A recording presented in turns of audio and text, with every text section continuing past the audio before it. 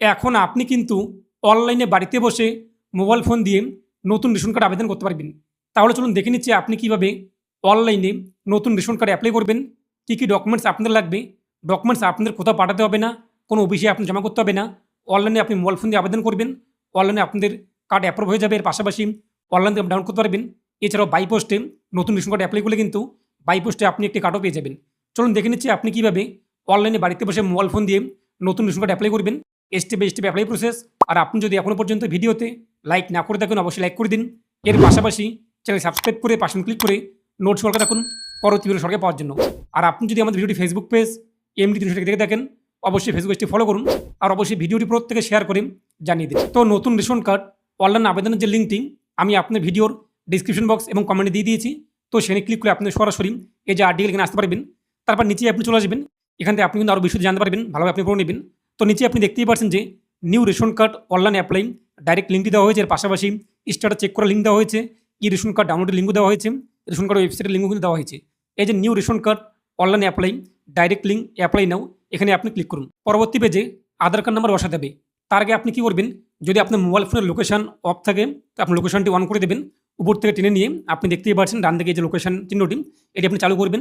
Location of থাকলে কিন্তু অনেক সময় সাইটে আপনাদের ঢুকতে সমস্যা হতে পারে কিংবা সার্ভার ইরোর দেখা দিতে পারে। এখন এখানে আপনাদের আধার কার্ড নাম্বার বসাতে হবে। কার আধার কার্ড নাম্বার আপনি বসাবেন।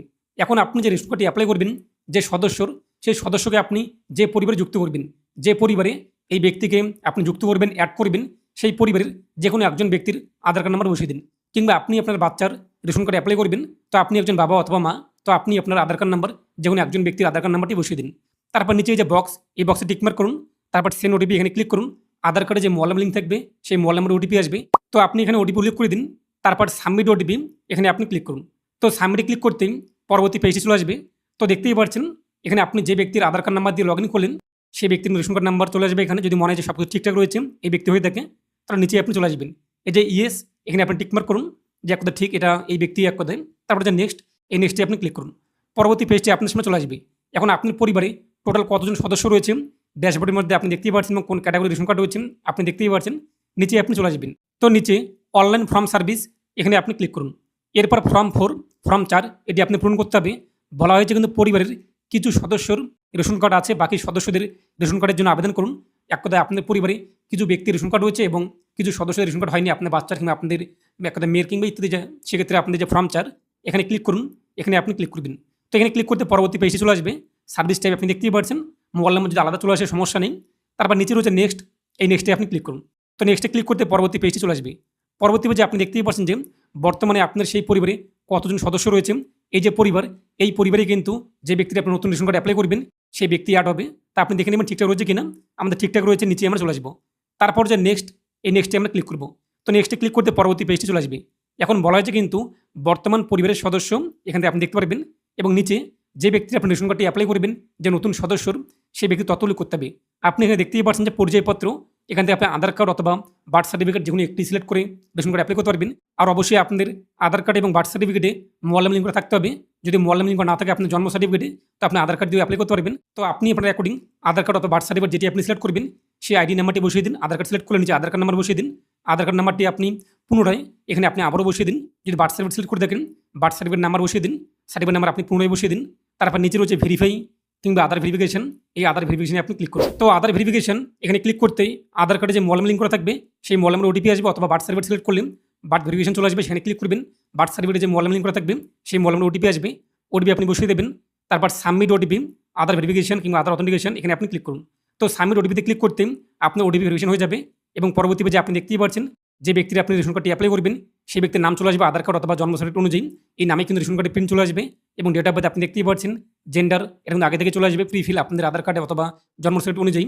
জাতি এখান থেকে আপনি সিলেক্ট করবেন, এক কথা জেনারেল নাকি এসসি নাকি এসটি নাকি ওবিসি, যেটি হয়ে থাকে আপনার অ্যাকর্ডিং সেটি আপনি এখান থেকে সিলেক্ট করুন। তো আপনার অ্যাকর্ডিং যা হয়ে থাকে। তারপর নিচে আপনি চলে আসুন। অভিভাবকের নাম এখানে আপনি দেখতেই পাচ্ছেন যে গার্জেনের নাম আপনার আধার কার্ড অথবা জন্ম সার্টিফিকেটে যা থাকবে সেই অনুযায়ী কিন্তু এখানে অটোমেটিক প্রিফিল থাকবে। যদি সামনে আপনি কেয়ার অফ চলে আসে, এখানে আপনি কেয়ার অফ এটিকে আপনি কেটে দেবেন। তো এখান থেকে আপনি কেয়ার অফ দেখতেই পাচ্ছেন, এটা আমরা এখান থেকে কেটে দিচ্ছি। এরপরে এখানে আপনি আপনার বাবার নাম অথবা আপনাদের মায়ের নাম, আপনি যার নাম রাখতে চান আপনার রেশন কার্ডে সেই ব্যক্তির নাম বসিয়ে দিন গার্জেন হিসেবে। তারপর এখান থেকে গার্জেন টাইপ সিলেক্ট করুন।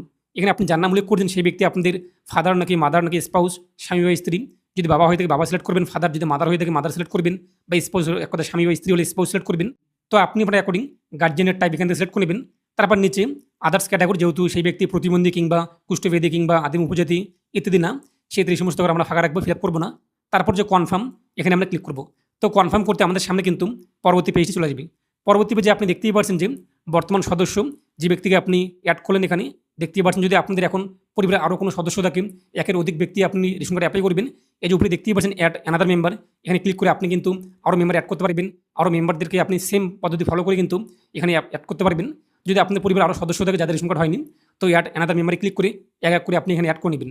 তারপর পরবর্তী পেজে সমস্ত সদস্যদের আপনি নাম দেখতে পারবেন, এক কথা যাদের আপনি অ্যাপ্লাই করেছেন তাদের নাম, date of birth, guardian name ইত্যাদি বিষয়গুলো। এবং আমাদের কিন্তু beneficiary status Aadhaar verify complete হয়েছে এখানে। এরপর নিচে রয়েছে নেক্সট, এই নেক্সটে আপনি পরবর্তী পেজে কনফার্মেশন মেসেজ চলে আসবে, একটি পপ শো হবে, দেখতেই পাচ্ছেন আপনি একজন মেম্বার অ্যাড করেছেন। যদি আপনি আরও চান অ্যাড করতে, এটি ক্লোজ করে দিয়ে আপনি আবারও মেম্বার অ্যাড করতে পারবেন। আমাদের একজনই যেহেতু রেশন কার্ড হয়নি। এরপর হচ্ছে প্রসেস, এখানে আমরা ক্লিক করব। পরবর্তী পেজে অ্যাড্রেস, ঠিকানা উল্লেখ করতে হবে। এখন আপনি যে ব্যক্তি নতুন রেশন কার্ড অ্যাপ্লাই করতে যাচ্ছেন সেই ব্যক্তির বর্তমান ঠিকানা উল্লেখ করে দেবেন। যদি বাড়ির নাম্বার জানা থাকে তো উল্লেখ করবেন, নাহলে আপনি ফাঁকা রাখবেন, স্টার মার্ক নেই। এখানে আপনি আবার রাস্তার নাম অথবা আপনি গ্রামের নাম বসিয়ে দেবেন, ডিস্ট্রিক্ট, এরপর আপনি ব্লক অথবা পৌরসভা অটোমেটিক চলে আসবে, এখানে আপনি সিলেক্ট করে নেবেন। তারপর আপনাদের গ্রাম পঞ্চায়েত কী রয়েছে তা উল্লেখ করে দেবেন, ভিলেজ অথবা ওয়ার্ড কী রয়েছে তা উল্লেখ করে দেবেন। নিচে পিনকোড যদি ভুল চলে আসে আপনি ঠিক করে নেবেন। তারপর পোস্ট অফিসের নাম আপনার কী রয়েছে এখান থেকে আপনি আপনার পোস্ট অফিস যা হয়ে থাকে তা উল্লেখ করে দিন আপনার অ্যাকর্ডিং। তারপর আপনি পুলিশ স্টেশন কী রয়েছে এখান থেকে আপনি আপনার থানার নাম উল্লেখ করে দিন। তারপর নেক্সট, এখানে আপনি ক্লিক করুন। পরবর্তী পেজে ডকুমেন্টস আপলোড করতে হবে। যদি আপনি বার্থ সার্টিফিকেট দিয়ে রেশন কার্ডটি অ্যাপ্লাই করে থাকেন, সেক্ষেত্রে আপনার ক্ষেত্রে কিন্তু এই ডকুমেন্টস আপলোডের অপশন নাও আসতে পারে। আধার কার্ডের ক্ষেত্রে কিন্তু ডকুমেন্টস আপলোডের অপশন আসছে, দেখতেই পাচ্ছেন। আপনি যে প্রথমে যে স্টেপ, পূর্ববর্তী স্টেপে প্রিভিয়াস স্টেপে অ্যাড্রেস প্রুফ, অ্যাড্রেসে আপনি যা যা উল্লেখ করেছেন, যা যা ঠিকানা আপনি দিয়েছেন, সেই ঠিকানা আপনার কোন ডকুমেন্টসে রয়েছে, আধার কার্ডে নাকি আপনার কোন ডকুমেন্টসে সেই ব্যক্তির, সেই ডকুমেন্টসটিকে আপনি আপলোড করে দেবেন। যেহেতু আধার কার্ডে তার এই ঠিকানা রয়েছে, এখানে আমরা আধার কার্ডে আপলোড করে দেবো। এই যে চুজ ফাইল, এখানে ক্লিক করে আপনি জিপিজি অথবা পিডিএফ, দেখতেই পাচ্ছেন এই সমস্ত ফাইলে আপনি আপলোড করতে পারবেন 300 কেবির মধ্যে অথবা 300 কেবির কম হলেও কিন্তু হবে। তারপর নিচে যে বক্স, এই বক্সে আপনি টিকমার্ক করুন। তারপর নিচে আপনি চলে আসুন 2 নম্বর বক্স, এই বক্সে আপনি টিকমার্ক করুন। তারপর ফাইনাল সাবমিট, এখানে আপনি ক্লিক করুন। তো ফাইনাল সাবমিট ক্লিক করতেই আপনার আবেদন কিন্তু হয়ে যাবে। তো যখনই আপনার আবেদন হয়ে যাবে, পরবর্তী পেজে আপনি দেখতেই পাচ্ছেন যে save successfully, you can check status using Aadhaar number অথবা মোবাইল নাম্বার। আপনি কিন্তু এখন এই ব্যক্তির আধার কার্ড নাম্বার দিয়ে স্ট্যাটাস চেক করতে পারবেন যে আপনার স্ট্যাটাস বর্তমানে কোন পর্যায়ে রয়েছে। এছাড়াও আপনি উপরে দেখতেই পাচ্ছেন সিটিজেন হোম, এই সিটিজেন হোমে ক্লিক করুন, চেক অ্যাপ্লিকেশন স্ট্যাটাস, এখানে আপনি ক্লিক করুন। তো চেকে ক্লিক করতে পরবর্তী পেজে চলে আসবেন। আপনি এই মুহূর্তে যে ফর্ম 4 সাবমিট করলেন, আপনি দেখতেই পাচ্ছেন নতুন রেশন কার্ড অ্যাপ্লাইয়ের, এখানে তার তথ্য চলে আসবেন এবং নিচে রয়েছে ভিউ, এখানে আপনি ক্লিক করুন। তো ভিউ ক্লিক করতে নিচে আপনার সামনে তথ্য চলে আসবে। আপনি দেখতেই পাচ্ছেন আপনি কোন পরিবারে রেশন কার্ডটি অ্যাপ্লাই করেছেন, সেই সমস্ত পরিবারের সদস্যদের তথ্য চলে আসবে। এর পাশাপাশি আপনাদের যখনই এই সমস্ত অফিস থেকে ইন্সপেক্টর, এর পাশাপাশি অ্যাপ্রুভাল চলে আসবে, অ্যাপ্রুভ হলে আপনি কিন্তু এখান থেকে রেশন কার্ড ডাউনলোড করতে পারবেন এবং সেই ব্যক্তির রেশন কার্ডের তথ্য আপনি দেখতেই পাচ্ছেন। এখানে ইত্যাদি বিষয়গুলো নিচে আপনি চলে আসবেন, এপিএস নেম এবং যে ব্যক্তি আপনি রেশন কার্ডটি অ্যাপ্লাই করলেন সেই বেনিফিশিয়ারির নাম আপনি দেখতেই পাচ্ছেন নিচে। যখন রেশন কার্ডটি অ্যাপ্রুভ হয়ে যাবে, নিচে কিন্তু রেশন কার্ড ডাউনলোড অপশন চলে আসবে এবং ক্যাটাগরি চলে আসবে, রেশন কার্ড নাম্বার চলে আসবে, ইত্যাদি বিষয়গুলো। তো আশা করি বুঝতেই পেরেছেন আপনি কিন্তু এইভাবে খুব সহজে বাড়িতে বসে রেশন কার্ড অ্যাপ্লাই করতে পারবেন।